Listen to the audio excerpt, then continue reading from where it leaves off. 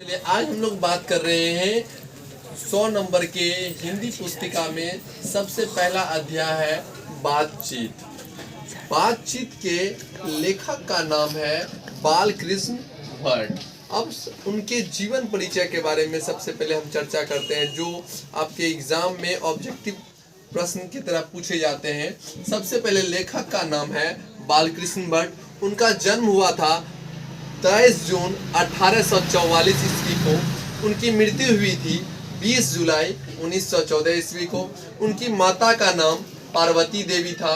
उनके पिता बेनी प्रसाद भट्ट जो एक व्यापारी थे। उनकी माता एक बहुत ही सुसंस्कृत महिला एवं सुसंस्कारी थी।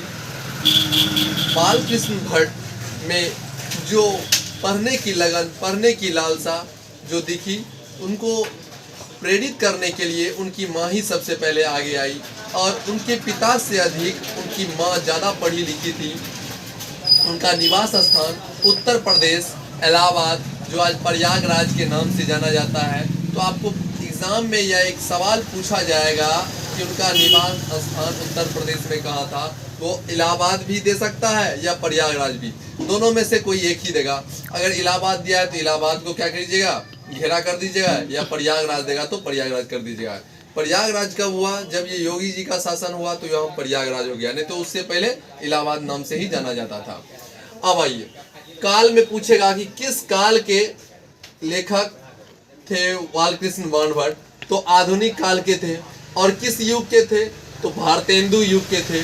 उनकी लिखित उपन्यास का नाम है रहस्य कथा, नूतन ब्रह्मचारी, उचित दक्षिणा, हमारी घड़ी, सद्भाव का अभाव।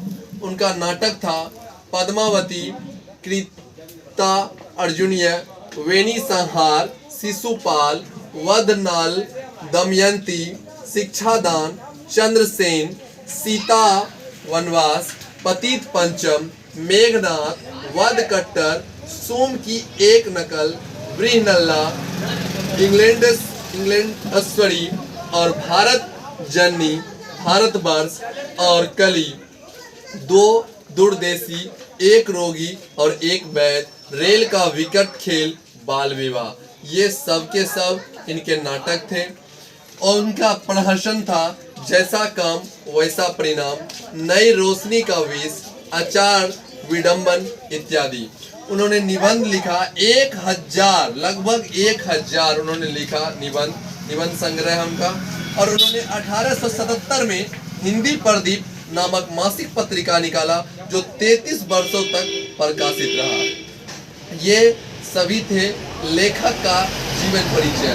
अब हम लोग बात करेंगे जो एक सबसे बड़ा शीर्षक है बातचीत। यह पूरी की पूरी कहानी यह बातचीत के इर्द गिर्द है। इसको सबसे पहले समझ लेंगे अच्छे से, उसके बाद हम लोग इसके तमाम जो चारों ओर जो इसकी इर्द गिर्द बातें हैं हम लोग इसके बात करेंगे।